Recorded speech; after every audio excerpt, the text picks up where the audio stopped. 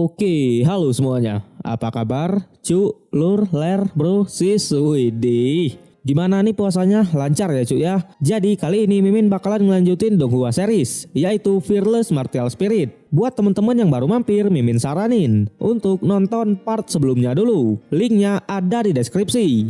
So sebelum kita lanjut, alangkah baiknya teman-teman semua untuk mensubscribe channel Aniki Movie agar kalian tidak ketinggalan video-video selanjutnya. Oke, nggak usah berlama-lama lagi, siapkan kopi, luruskan kaki, hormati gurumu, sayangi temanmu. Itulah tandanya kita masuk ke intro. Let's go.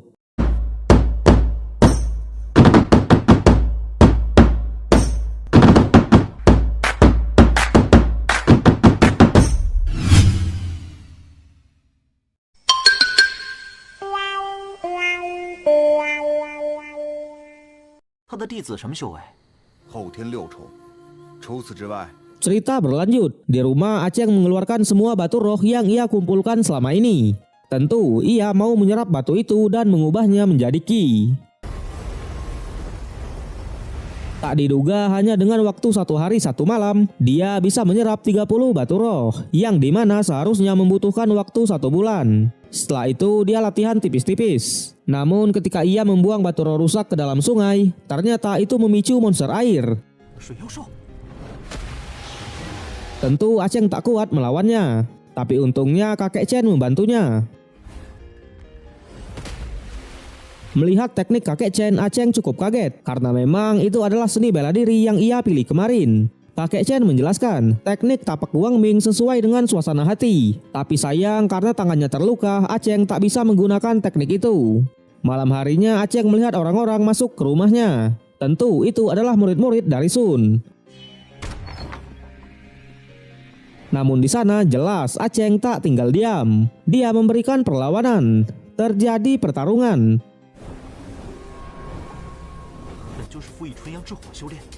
Tanpa diduga Aceng bisa menyerap serangan itu, yang membuat tangannya kembali pulih. Dengan mudah ia menggunakan teknik tapak Guang Ming. Dan dengan ini juga Aceng memenangkan pertarungan. Esok harinya dia mengikat kedua orang itu dan meninggalkannya di sungai. Di sana Aceng sadar kalau Sun tak akan tinggal diam. Dia berniat meninggalkan rumah sementara waktu. Ternyata murid-murid tadi berhasil melepaskan ikatannya, tapi monster air tak bisa dihindari. Di sisi lain Aceng meningkatkan kekuatannya. Dia berhasil menembus ranah surgawi tingkat 4. Namun di sana ada seorang pria yang dikejar oleh serigala. Melihat dia sudah tersudut, Aceng membantunya. Lagi-lagi tapak Guang Ming menyelesaikan serigala itu. Tentu orang itu sangat berterima kasih. So ternyata doi ini adalah pedagang keliling. Kita panggil Aris saja lah ya. Di sana Aris menunjukkan semua barang dagangannya. Karena Aceng sudah menolongnya, ia berniat memberi Aceng beberapa barang-barang miliknya. Ketika Aceng memegang pelat besi, tripod kuno di tubuhnya bereaksi. Tentu dia memilih barang itu. Aris bilang kalau itu hanyalah pelat besi biasa, tapi Aceng tetap mengambilnya.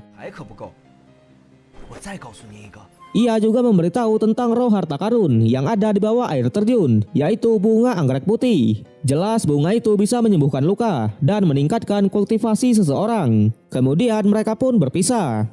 Di sana Aceng masih penasaran dengan pelat besi tadi. Terlihat pelat itu mengeluarkan cahaya dan masuk ke dalam tripod kuno. Di sana ia juga mendapat tas penyimpanan. Tapi tiba-tiba dia mendengar suara monster. Ternyata Garaga sedang bertarung dengan monster beruang. Di sana ia bertemu lagi dengan Aris. Di pertarungan beruang itu berlari ke arah mereka. Yang sudah jelas Garaga memenangkan pertarungannya.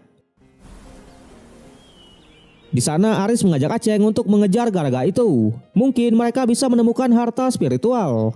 Terlihat Garaga masuk ke dalam goa. Aris beranggapan kalau di dalam goa ini ada harta spiritual. Tapi karena Garaga sangat kuat, mereka memutuskan untuk memancingnya keluar. Sementara mereka masuk ke dalam goa itu.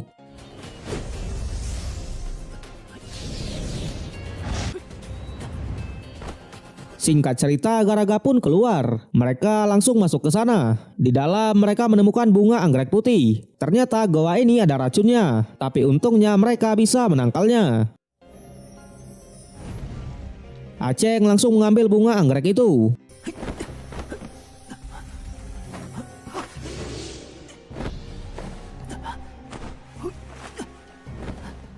Ketika mereka mau keluar, Garaga sudah menunggu di depan goa. Terjadi sedikit kejar-kejaran, yang pada akhirnya Aceng memutuskan untuk melawan ular Garaga. Tapi Garaga benar-benar kuat, sekali serangan Aceng langsung terpental. Di sisi lain, Sun dan anaknya langsung memeriksa rumah Aceng. Tapi jelas mereka tak menemukan siapapun. Kedua murid yang ia kirim juga belum kembali. Di pertarungan, Aceng jatuh ke dalam sungai. Di sana ia lagi-lagi bertemu dengan monster air. Tapi untungnya Aceng masih bisa selamat. Di sana Aceng langsung menyerap kekuatan dari bunga itu. Tentu dengan ini dia berhasil menembus Rana Surgawi tingkat 5. Setelah itu ia mencari makan. Namun di sana ada seekor serigala yang datang dan langsung menyerangnya.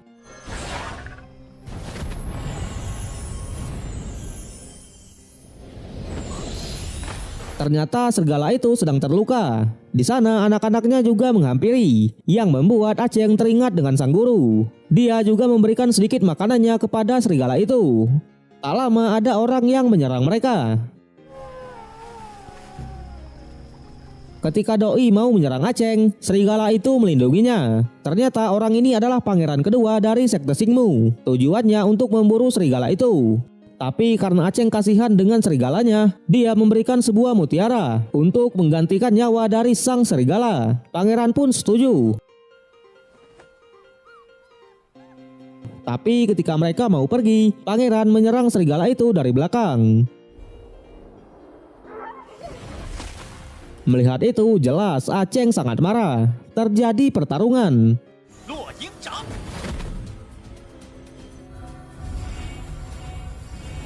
Dengan teknik tapak Guangmingnya, Aceng sangat mendominasi pertarungan. Sampai pangeran itu meminta buku seni bela dirinya. Jelas Aceng menolak. Ketika ia mau menyerang lagi, tiba-tiba Garaga muncul lagi. Melihat itu, Aceng pun langsung kabur. Tak lupa juga dia membawa 3 anak serigala. Pangeran yang beranggapan kalau Garaga tak akan menyerangnya, mereka cukup tenang. Tapi ternyata Garaga itu tetap menyerang mereka.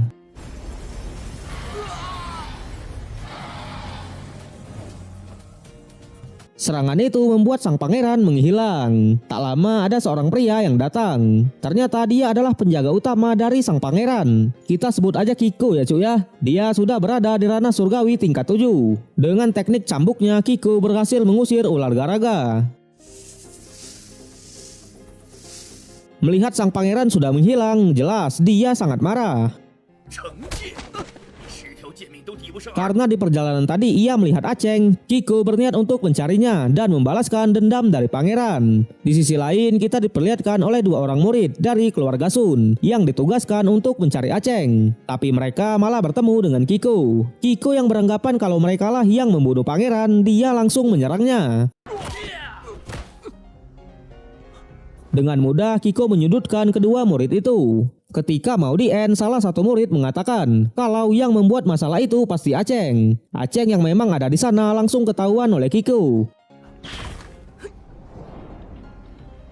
Dia menjelaskan sang pangeran mati karena terkena serangan ular. Tapi Kiko tak menerima alasan itu dan tetap menyerangnya. Para murid yang ingin kabur juga langsung dihabisi olehnya. Tersisa duel antara Kiko versus Aceng. Terjadi pertarungan.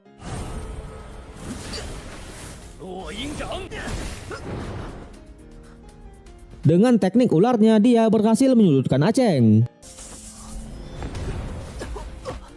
Pertarungan terus berlanjut.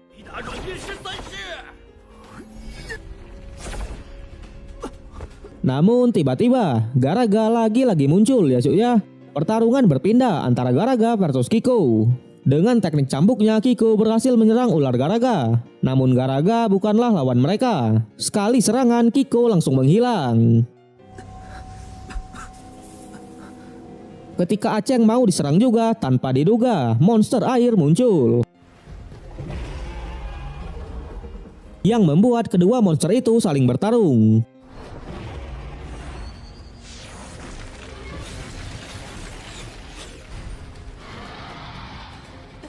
Melihat Garaga yang sudah sekarat, Aceng mengeluarkan gulungan petir langit dan mencoba nge-end ular itu.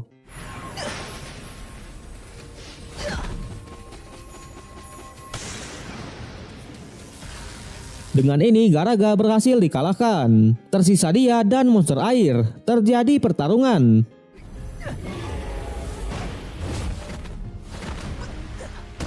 Aceng yang hampir tak sadarkan diri mengingat lagi perkataan dari gurunya yang mengatakan kalau dia tak boleh menyerah. Ternyata sebelumnya Aceng mempelajari teknik segel budong, yang dimana teknik itu bisa mengubah pertahanan menjadi sebuah serangan. Berkat segel itu jugalah Aceng bisa menyerap kerusakan dari ranahnya sendiri. Tak hanya itu, dia juga menembus teknik tapak Guangming tingkat 2.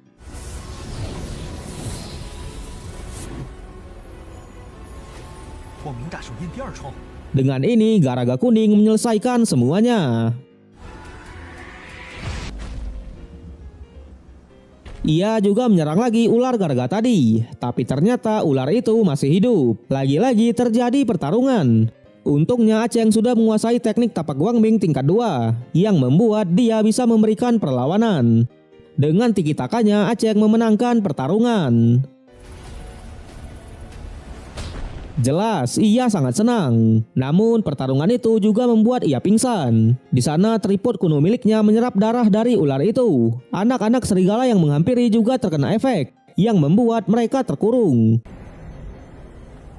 Ketika dia terbangun, tak disangka Aceng sudah menembus ranah surgawi tingkat 6. Kemudian Sin berpindah memperlihatkan dua murid dari keluarga Sun. Mereka membicarakan tentang batu roh yang mereka dapat kemarin. Tak lama Aceng juga muncul. Melihat itu jelas mereka berniat memberitahunya kepada Sun. Setelah itu Aceng pergi ke pasar Waizong. Dia berniat menjual kulit Garaga dan buku teknik cambuk yang ia dapat kemarin. Orang-orang di sana yang melihat Aceng menjual kulit Garaga jelas mereka cukup kaget. Karena memang para tetua aja cukup kesulitan untuk menghadapinya. Sin dan pasukannya juga ada di sana. Namun seketika itu juga ada 3 orang dari keluarga Duan yang datang. Mereka dijuluki 3 harimau yang kekuatannya sudah tak diragukan lagi. Ternyata tujuan mereka ke sana untuk merampas barang-barang yang dijual oleh Aceng. Jelas Aceng mempertahankan hak miliknya. Dia juga dengan mudah mengalahkan kedua orang itu. Sin yang melihat itu tentu ia cukup kaget karena Aceng sudah sangat kuat. Di pertarungan tersisa Aceng versus seseorang yang bernama Duan Zangyun. Dengan teknik pedang harimaunya, Zangyun mencoba menyerang Aceng.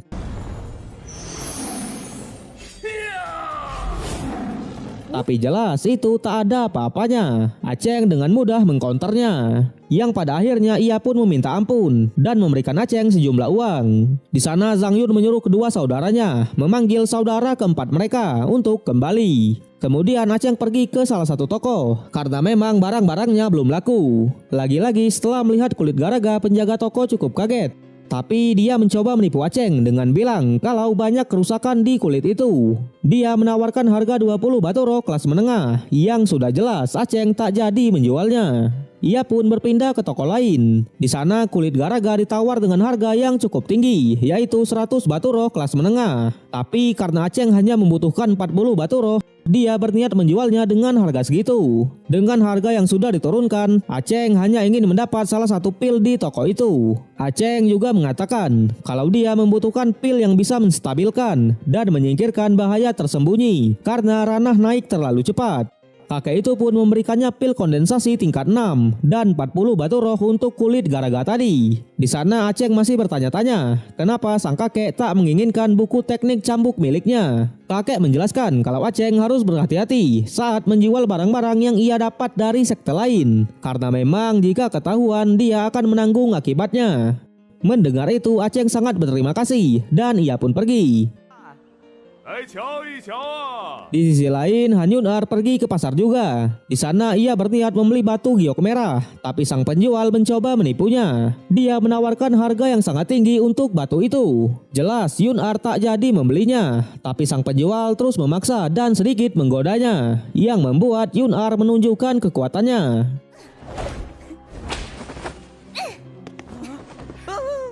好多了。 Namun ketika itu juga bos pedagang di sana datang. Dia bernama Zhang Song. Melihat kecantikan dari Yun-ar, tentu Zhang Song langsung menggoda dan mau membawanya. Jelas Yun-ar menolak dan terjadi pertarungan.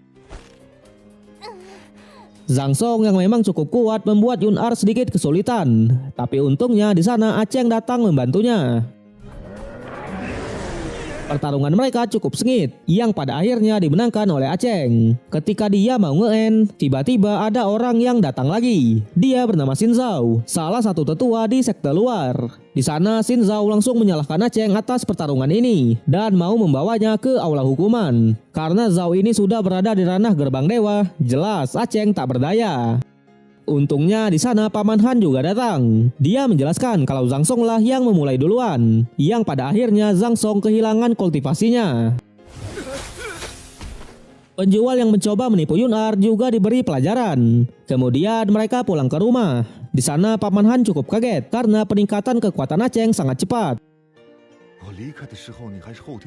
Karena Aceng sudah berada di ranah surgawi tingkat 6, dia sudah berhak untuk mengikuti turnamen besar sekte yang memang diadakan setiap tahunnya. Peserta yang berhasil masuk 5 besar tak hanya mendapat hadiah, tapi juga berhak menjadi murid di sekte dalam. Paman Han mengingatkan para peserta yang ikut juga kuat semua. Di tahun lalu bahkan ada peserta yang sudah mencapai ranah gerbang dewa. Mendengar itu tentu Aceng tambah semangat.